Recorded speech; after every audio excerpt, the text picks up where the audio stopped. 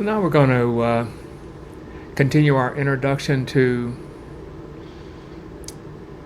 the Urban Entrepreneurship Practicum with a discussion of the power of entrepreneurship, and we're going to also include some definitions. So, entrepreneurship is a powerful force in the business world and in our lives. But exactly what is entrepreneurship? Well, here are some of the standard dictionary definitions of entrepreneur and entrepreneurship. I even included a kind of person on the street definition.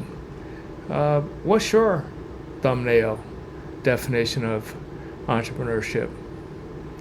The standard definition includes the notion of assembling an organization to address some opportunity, of managing the organization, and assuming the risk associated with the venture.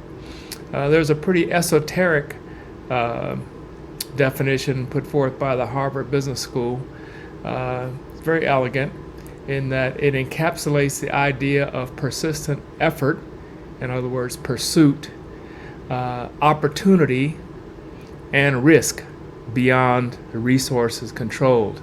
We'll have more to say about that definition later, but suffice it to say that an entrepreneur, the basic definition is someone who organizes, manages, and assumes the risk of a business or an enterprise. And entrepreneurship is the activity of organizing, managing, and assuming the risk of a business or enterprise. But, the standard dictionary definitions of entrepreneurship don't capture the essential connection between entrepreneurship and innovation.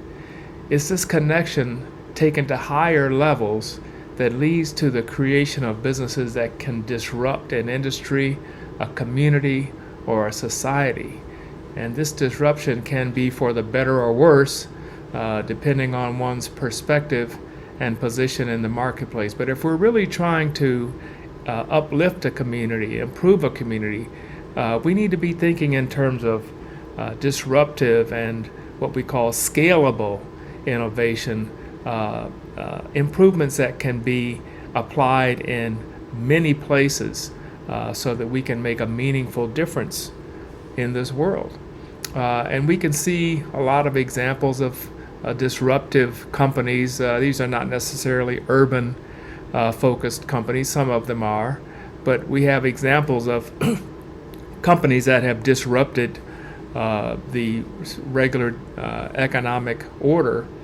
Companies like Amazon, Tesla, TSMC in the semiconductor industry, Taiwan Semiconductor Manufacturing Corporation, Square in the payments arena, SpaceX, again, another Elon Musk company in the space business, Google, of course, Apple, and as we've talked about before, Uber. All of these companies were powered by disruptive innovation, and so that's why it's so important for us in this course to focus on innovation, technological innovation, business model innovation, so that we can create business entities that have a high positive impact in the communities that we want to serve. So entrepreneurship and innovation are inextricably linked. And this fact has been noted since the early 20th century by people like the noted economist J.A. Schumpeter. He spoke of the entrepreneur as one who destroys the existing economic order by introducing new products and services, or by creating new forms of organization, or by exploiting new raw materials. He could have added by applying new technologies. The noted management consultant Peter Drucker also recognized the importance of innovation. He said that innovation is the act that endows resources with a new capacity to create wealth. And he famously said that business has only two functions: marketing and innovation. So in this course, we recognize and emphasize the role of innovation. As someone said, and I can't remember exactly who originated this quote, but entrepreneurship without innovation is just business. So in summary, entrepreneurial success requires a few key things. It requires deep expertise that powers innovation. And we haven't gotten into this yet, but we certainly will in this course. It requires effective teamwork. And something else it requires that is a key feature of this course is deep community engagement. Now, again, this course is about urban entrepreneurship. So now that we have defined entrepreneurship in general, let's turn our attention to the subject of this course, urban entrepreneurship. First, let's define urban. There is a long-standing definition and a more recent colloquial definition. In this case, we refer to the classical definition of urban, and that is in or relating to or a characteristic of a town or city, like we might say the urban population.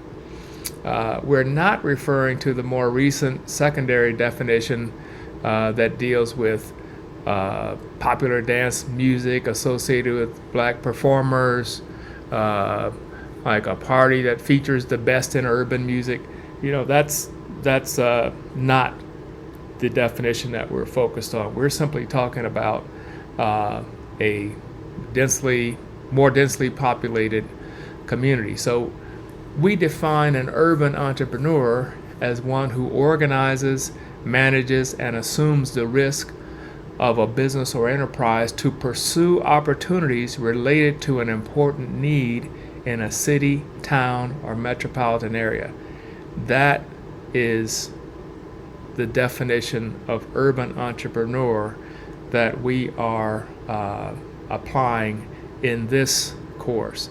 We're not talking, for example, about a business that just happens to be located in an urban community. We're talking about, again, a business that is pursuing an opportunity related to an important need that exists in a city, town, or metropolitan area. So you can see that this definition combines the previous definition of entrepreneur with the definition of urban.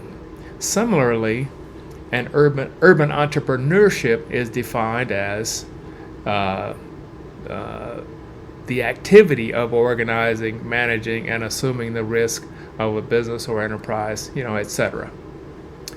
Okay, so that and an urban-focused business we define as a commercial enterprise that's organized to pursue opportunities related to an important need in a city, town, or metropolitan area. So very important in this course that you understand and apply correctly the definition of an urban entrepreneur, urban entrepreneurship, and an urban-focused business.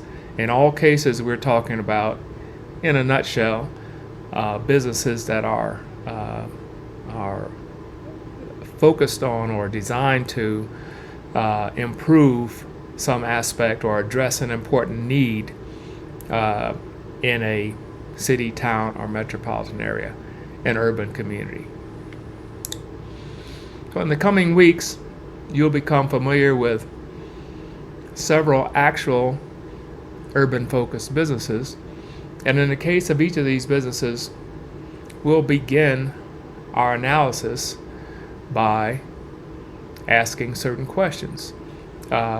So I want you to think now about some of these questions in terms of your identification of an urban-focused business. This will be a more focused assignment in the next session, but for now I just want you to think about, think in your head of an urban-focused business that you're familiar with. What's the business name? How would you describe it? Who does it serve? What benefit or advantage does the business provide to its customers?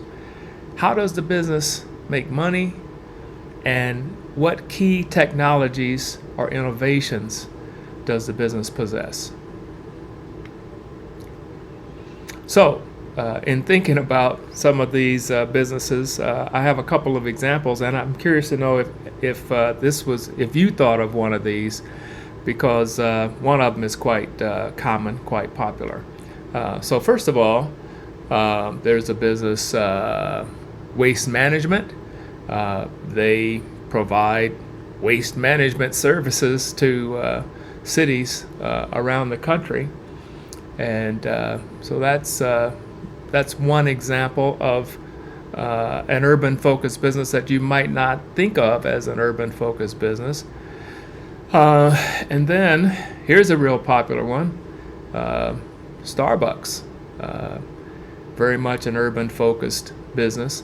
So again, in terms of these two businesses, it would be a good exercise for you to think about what product or service does the business provide, who does the business serve, what community need is the business addressing, what makes this a significant opportunity, and what key innovations does the business incorporate.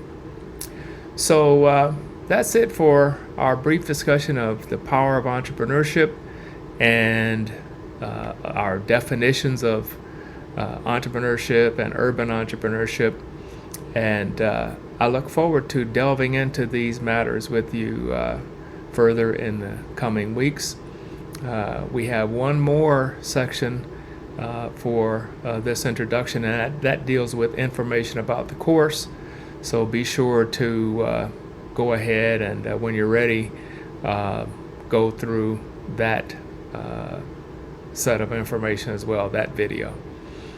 All right, so I'll be seeing you soon.